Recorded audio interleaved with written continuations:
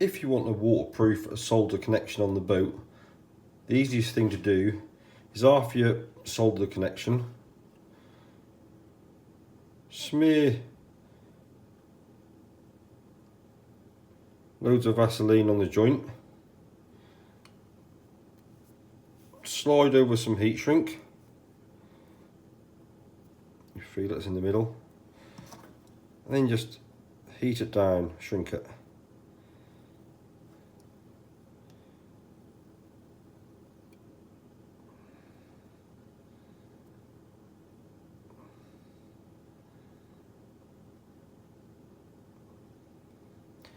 You will then have a watertight soldered joint that will stop the ingress of seawater.